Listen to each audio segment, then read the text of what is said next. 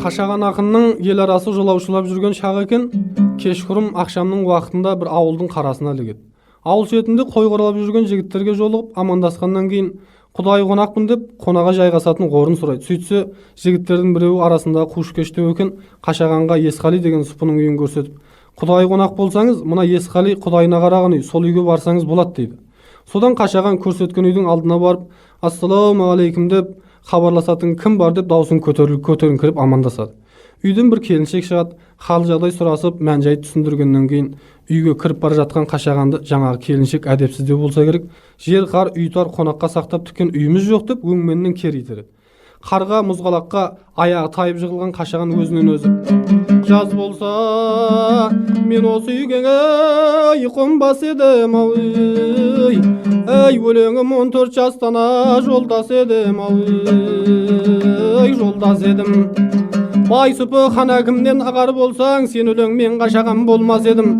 Осы үйге қона алмасам мағансың, сұпыны шаға алмасаң сағансың деп қолына домбырасын алып жаңағы келіншекке қарап мына сөзді айтып жатыр екен дейді.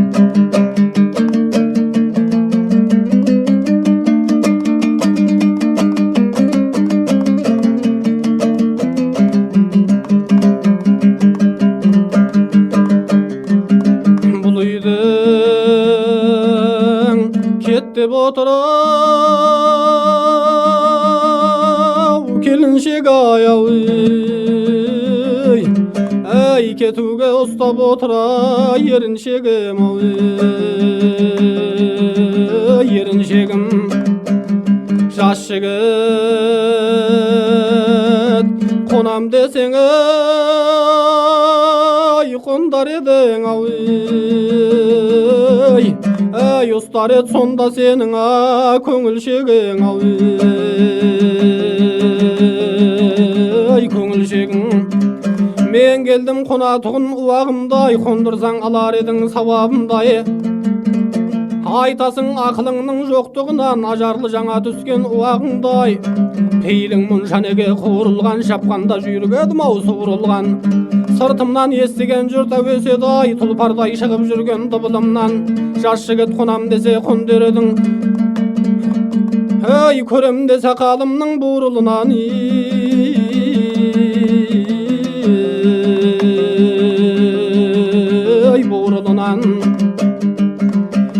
Барады айтқан сөзіңі жарға жығып, итердің өңменімнен қарға жығып ау, қарға жығып. Сіздердей біздің елдің жас келіндер еді ғой үндемейтіна төмен бұғып ау, төмен бұғып. Оң жақта отырушы еді ісін алып, қонаққа тұрушы еді төсек салып, қызыл шай қонағына құюшы еді алдына дастарханын жая салып. Ал сенде ұятта жоқ, ибада жоқ, шамасы ұялатын иманда жоқ, және де әдепте жоқ, ақылда жоқ. Өзің жаман болған соң байыңнан басқа саған жақында жоқ. Қонақты ренжітпей сыйла деген үйреткен ата-енеңнен ақылда жоқ. Келіншек не айтайын енді саған, қонба деп шын айттың ба осы маған. Шапқанда жүйрік едім ау тайынбаған, менімен қалушы еді ау қайымдалған. Қол сұпы берер етпен майым маған, жоқ болса тапсын қайдан шайым маған. Қонақтан ығыр болып отырса егер, шыға кеп неге айтпайдың әлі жайым маған.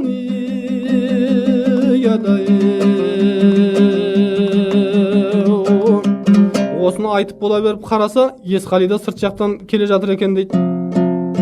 Қашаған амандасқан болады, анау құлақ аспайды. Есқали кетіп бара жатыр, Қашаған мына сөзді айтып отыр: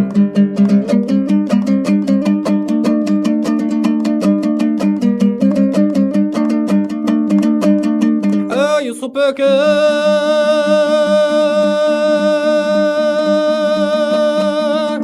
ашуғандай ақылғандай bolmasa tentek kandaya makul kandaya ey makul kanday atаңнан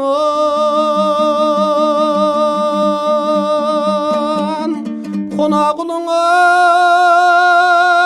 деген жоқ бедай жақсылар айтып кеткен нақыл қандай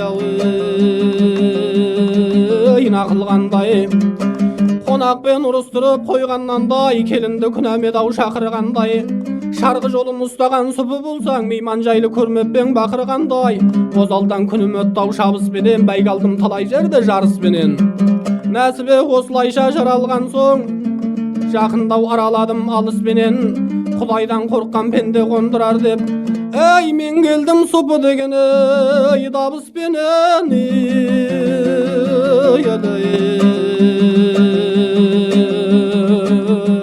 ей дабыспенен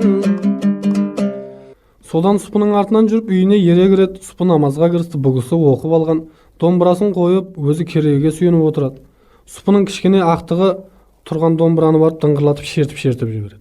Сөйтсе намазда тұрған Сұпы намазын бұза салып ей қасиетсіз, не бұл үй саған шайтанның сайғағын салдырлатып домбыра тартатын үй ма? Таста қуағаш деп бір боқтай. Итті қонақ жараспайды деп күңкілдеп те қояды. Сол кезде қашағанның келгенін естіп ауылдың адамдары жақсыны көрмекке деп жиылып тұр екен. Соларға қарап қашаған домбырасын қолына алып Сұпының әдепсіздігін айтып былай деп сөйлей бастайды.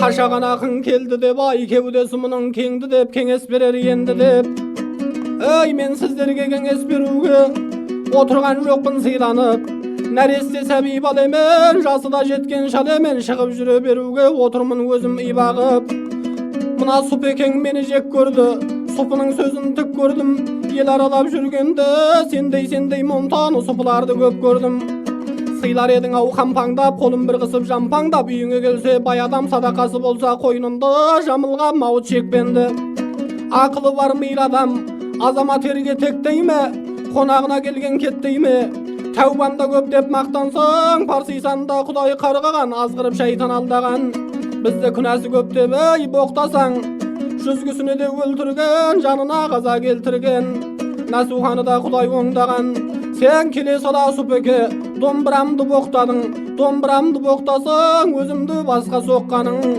Сұпылығың қай жақтан ай шын тентекке ұқсадың ай ұқсадың ай мынау менің қолымдағы құлағаш сайраптап отыр бұл ағаш қолымдағы ағашым алып бір жүрген домбыра тартқан сайын даңғыра қолымдағы құлағаш сайрап отыр бұл ағаш асылы емен қарағай шыққанда жері суағаш әр уақыты ерлердің қолындағы туағаш жаның сая табатын орманда болған бұл ағаш қорыққанда жаңғызғы қорғанда болған бұл ағаш бұтақтары бүгіліп көктен төмен үңіліп қарның ашып келгенде жүрегіңді жалғауға нәсіпте болған бұл ағаш пайғамбарлар туғанда бесікте болған бұл ағаш мұнаралы әр жерде мешітте болған бұл ағаш Ибрахим қағба салғанда есікте болған бұл ағаш Бейбатпаның қолында ұршықта болған бұл ағаш ей шеберлердің қолында кесіпте болған бұл ағаш өзіңді халық Сұпы дейді ай боқтағаның қай ағаш ай қай ағаш бұрынғы өткен заманда пайғамбардың кезінде болған екен көбірістің ішінде Жәбірейіл жәннеттен алып та келген төрт қылыштың атын айтайын бірінің аты Қамқан бірінің аты Самсам бірінің аты Зұлқажа бірінің аты Зұлпықар қынабына солардың сапта болған бұл ағаш Her vakti yerlerge jakta bolgan bulagaş. Daryadan ötkende pirakta bolgan bulagaş. Karp menen kaserge suatta bolgan bulagaş. Jetim menen jesirge kuatta bolgan bulagaş. Karangıda jarıgı şırakta bolgan bulagaş. Gözüңdü kalık supu dıyday boktağanın kayagaş ay kayagaş. Gözleriңdey supuga asada bolgan bulagaş. Аңдып жүрген şeytandan tasada bolgan bulagaş. Ey жаңа bir daret alganda сәждеге басың салганда оқып болып намазды аузыңа салған мәсуік ағашымей арқам босыпөке қалай айтасың ауызы менен әлхамдайым домбыра күнә десеңіз жиын менен тойдыкы ей жиын менен тойдыкы пернесін күнә десеңіз есе бол пәннің 12 ішегін күнә десеңіз ұрмақтан келген қойдыкы құлағың күнә десеңіз Hazreti Bilal'dың құлағы екен деседі тиегін күнә десеңіз шиеленген сырды шешеді ей атамыздан пайғамбар жеті сазбен жерге кеп күй тартыпты деген бар о күндегі оласыз бүгіндегі бұласыз сазды күнә деп жүрген молдеке сенің ақылың аз ей сұпеке білмей адаспа домбыраның бізге күнәсіз Мынау үстіңе тіккен үйіңіз шақырсаң бұған келмей ма қазіреті қалпе бейіңіз ас салып берер табағың ей сусын ішер аяғың ағаш емей немене басыңда бар ма миыңыз қанша сұпы болсаң да ай кеткен жоқ па енді сыйыңыз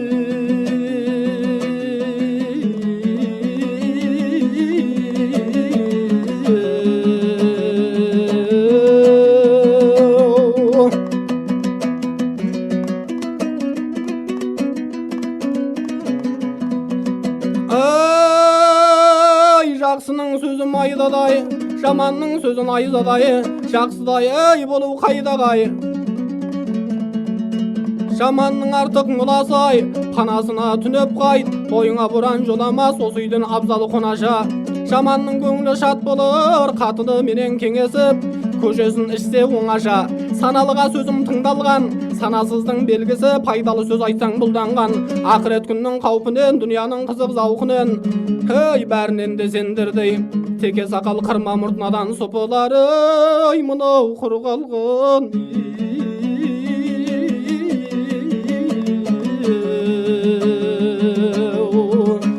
Aydı,